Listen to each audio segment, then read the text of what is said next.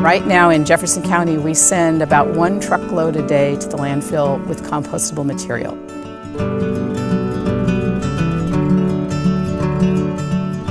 We don't have to design composting. Composting just happens without our intervention. We can make it better, we can make it faster, we can make it usable for certain types of growing conditions depending on what we put in our compost, but we don't have to make it happen.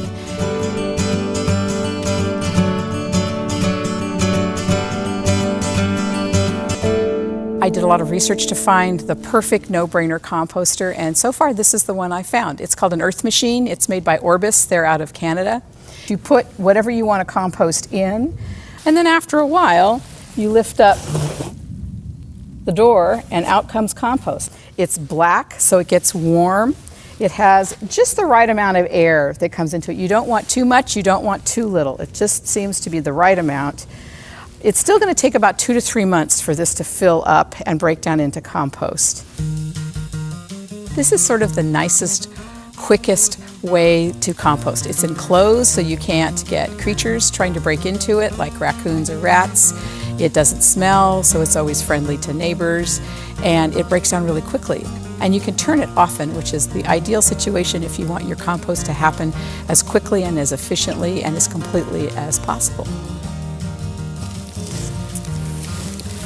So this is all kinds of different components here. You'll notice there are grass clippings that the gardeners have brought in. The Students for Sustainability pick up the trimmings of all the cafeteria food, and they bring that down twice a week and they add this to the compost pile.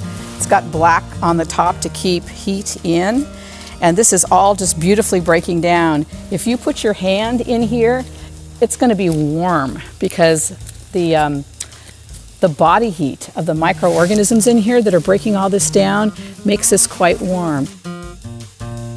This is a very simple industrial worm bin system. These are called red worms. They're not night crawlers. What kills them is UV light. So we're going to put these guys here in the ground again real quick. If you put uneaten food right here, the worms can crawl in here and eat those. And then they like to get out of the moisture sometimes, and so then they'll go to the other side. But they'll always come back to where the food is. And you can see this. This was all food at one point, and the worms have done that. So these are black soldier fly larvae, and these have become sort of a composting option because they will eat meat. In a container this size, it's possible that the adults could hatch, mate, lay eggs, and die, and they would never leave the container as long as there's air holes. So you've got a closed system and you don't have to worry about the flies getting out. You can throw your compost in there and it all cycles around.